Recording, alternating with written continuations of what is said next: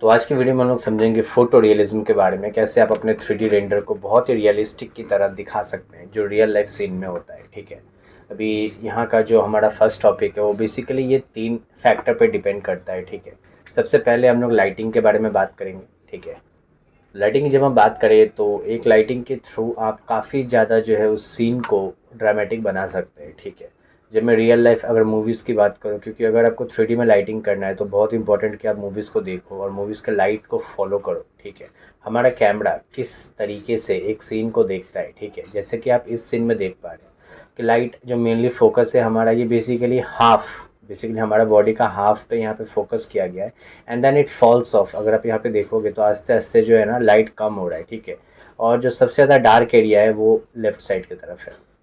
तो this is very important कि ये फॉल ऑफ तैयार किया है ना, कि यहाँ पे लाइट बहुत ही ज़्यादा है एंड देन सडनली जाते जाते यहाँ पे लाइट पूरी तरीके से ही बंद हो गया है। ठीक है, तो this is how you make the scene look realistic. ठीक है, और यहीं पे मैं अगर आपको दूसरे मूवी का एग्जांपल दूँ तो यहाँ पे आप देख सकते हैं कि यहाँ पे किस तरीके से जो लाइट जो है वो फोकस किया गया है। इसी के अलावा आप अगर यहाँ पे लेफ़्ट साइड में देखो तो there is one blue lighting. अगर आप देखोगे यहाँ पे, ठीक है, लेफ़्ट साइड की तरफ से यहाँ पे ब्लू लाइट दिया गया है। ठीक है, और यहाँ से जो वो ऑरेंज लाइट कुछ दिया गया है। ठीक है, एंड दिस इज़ बिकॉज जो दो कलर है ना, ये आपस में कॉम्प्लीमेंट्री कलर्स है। ठीक है, और this makes the scene dramatic. तो अगर आप मूवीज़ को ये फॉलो करोगे तो आपको समझ में आएगा कि आपके 3D मॉडल में आप किस स्टेप से लाइट डालोगे कि आपका जो ओवरऑल लुक है वो सिनेमैटिक लगे। ठीक है, अभी मैं आपको दिखाता हूँ कुछ और एग्जांपल जिसमें अगर आप देखोगे तो ये नेचुरल लाइट्स का यूज़ किया गया है। ठीक है, और यहाँ पे कुछ और भी है फैक्टर्स जो मेरा ये प्रेजेंटेशन का पॉइंट नंबर 3 होगा, मैं बाद में आता हूँ वहाँ पे। ठीक है, if you notice her face, यहाँ पे अगर आप देखोगे तो बेसिकली जो लाइट है ना वो मेनली फोकस एक साइड से ही है, इफ़ यू नोटिस ये। ठीक है, एंड देन सडनली यहाँ पे जाके ये फॉल ऑफ हो रहा है। ठीक है, तो हर एक सीन में आपको मिल जाएगा अगर आप सही ढंग से नोटिस करते हो तो, जो बहुत ही ज़्यादा, ये बहुत ही इंपॉर्टेंट सीन है। ठीक है, if you see this, look at this, एक साइड से यहाँ पे ऑरेंज लाइट दिया गया है। ठीक है, और यहाँ से बेसिकली वो ब्लू लाइटिंग दिया गया है। ठीक है, अब बैकग्राउंड हमारा ब्लड है, वो बात का बात है, बट लुक एट दिस। ठीक है, दोनों साइड से लाइटिंग है यहाँ पे। ओके, सिमिलरली हर एक सीन का मतलब होता है। ठीक है, हर एक लाइट का मतलब होता है। ठीक है, कि अगर ये मूवी जिस थीम के ऊपर बना गया है, ठीक है, उस हिसाब से यहाँ पे लाइटिंग यहाँ पे दिया जाता है। ठीक है, this movie was dramatic, suspense से भरा हुआ, तो इसीलिए इस टाइप का लाइटिंग, इस टाइप का मूड जो है इस पर जनरेट किया गया है। ठीक है, एंड इट डिपेंड्स कि आप ये कौन सा मूवी देख रहे हैं। ठीक है, उसी हिसाब से जो है ना लाइट का जो मेन आपका ये कलर ग्रेडिंग होता है तो वो उसी के ऊपर डिपेंडेंट होता है। ठीक है, तो जैसे कि अगर आप कोई हॉरर सीन को देख रहे हैं, हॉरर सीन में मेनली जो है ना वो ब्लू टोन यूज़ होता है। तो जैसे कि आप कंज्यूरिंग एंड ऑल सब में देखे होंगे, तो इन सब में ब्लू टोन काफ़ी ज़्यादा यूज़ होता है। सिमिलरली ड्रामेटिक में मैंने आपको ऑलरेडी बता दिया है कि इस टाइप का जो है कुछ लाइटिंग का यूज़ होता है। ठीक है, और जैसे हम कुछ ये फाइट सीन देखने जाते हैं तो फाइट सीन में मैक्सिमम टाइम है ना थोड़ा सा रेड टोन रखने का ट्राई करते हैं। दैट इज़ बिकॉज ये सीन को थोड़ा सा ड्रामेटिक बनाता है। ठीक है, इससे इससे बेसिकली व्यूअर को कुछ ज़्यादा ही फील इसमें आता है कि ओके यहाँ पे रेड टोन है, मतलब कुछ डेंजरस होने वाला है। ठीक है, तो वेरी इंपॉर्टेंट, ये लाइट ऐसा नहीं है कि कुछ भी लाइट यहाँ पे डाल देंगे जो और आपका सीन जो है वो अच्छा लगेगा।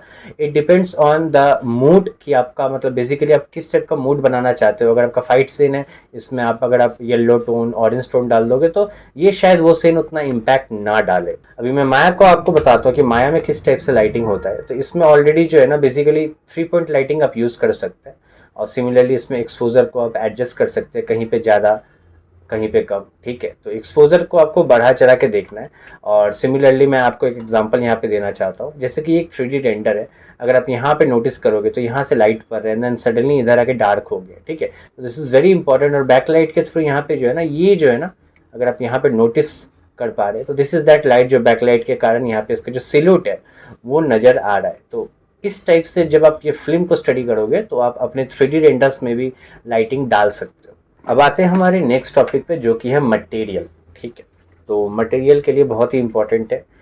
तो देखिए जनरली कोई भी ऑब्जेक्ट होता है या तो वो एकदम ज़्यादा ही शाइनी होता है। ठीक है, नहीं तो वो एकदम ही ज़्यादा ब्लंट होता है, वो शाइन नहीं करता है। ठीक है, या हो सकता है कि कहीं कोई मीडियम है, कुछ ज़्यादा शाइन नहीं कर रहा है। ठीक है, एक्चुअली जो हमारा साइन ऑब्जेक्ट होता है ना, जो लाइट हमारा होता है वो बेसिकली इसके ऊपर पड़ता है। ठीक है, पड़ने के बाद ये यूनिफॉर्म वे में बाहर जाता है। ठीक है, दिस इज़ वेरी इंपॉर्टेंट। तो लाइट जैसी इसके ऊपर पड़ेगा यूनिफॉर्म में वे में ये बाहर जाएगा। ठीक है, और जब मैं ब्लंट सरफेस की बात करूँ तो इसका जो है ना वो नॉन यूनिफॉर्म सरफेस होता है, ठीक है। और जब लाइट इसके ऊपर पड़ता है तो कुछ भी ठीक नहीं होता, ये मतलब कहीं भी जा सकता है, ठीक है। लाइट इसके ऊपर पड़ा, हो सकता है कुछ ज़्यादा ही बेंड हो जाए, ठीक है। तो that is the reason why कि कोई ऑब्जेक्ट हमें काफ़ी ज़्यादा शाइनी लगता है और काफ़ी ज़्यादा ब्लंट लगता है, ठीक है।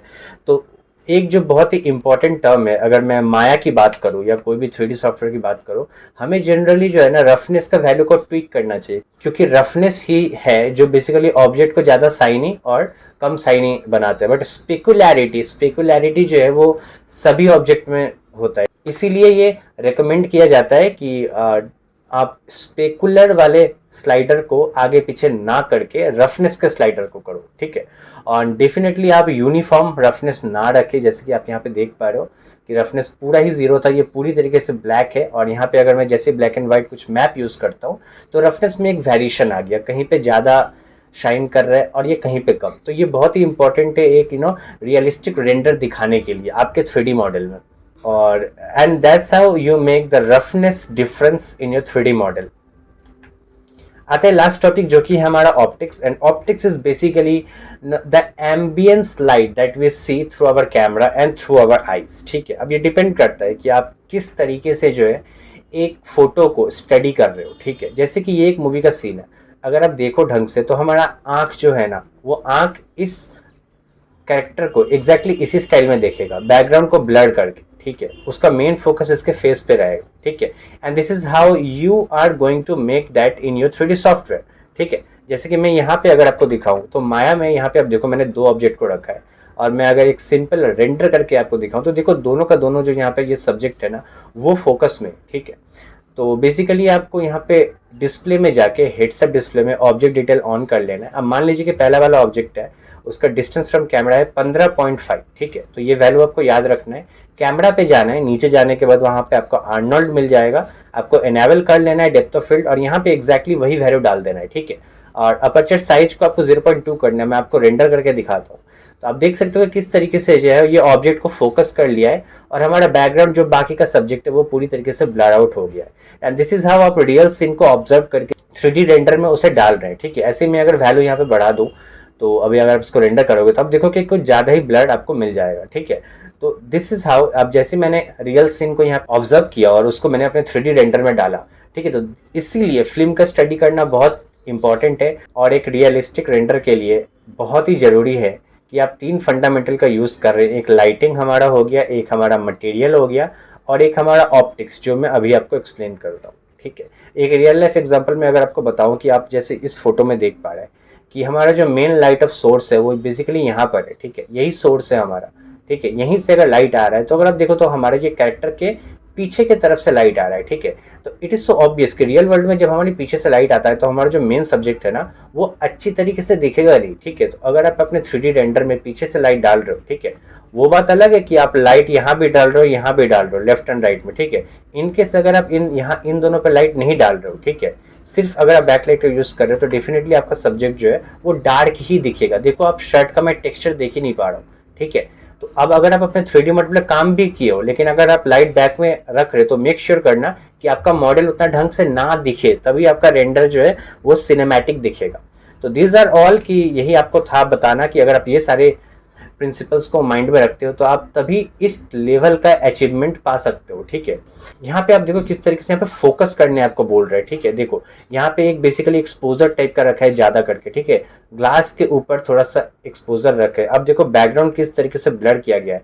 और इस वीडियो का सोर्स जो है वो, अगर if you know about this guy, this is blender गुरु, ठीक है। तो ये वीडियो का बेसिकली मैंने एक हिंदी वर्जन निकाला है, ठीक है। ये काफ़ी लंबा था वीडियो, तो मैंने जितना ट्राई किया सबसे आसान तरीके में आपको समझा सकूं। वीडियो अच्छा लगा हो तो वीडियो को लाइक कर देना और चैनल को सब्सक्राइब कर देना, और ये वीडियो पूरा देखने के लिए थैंक यू।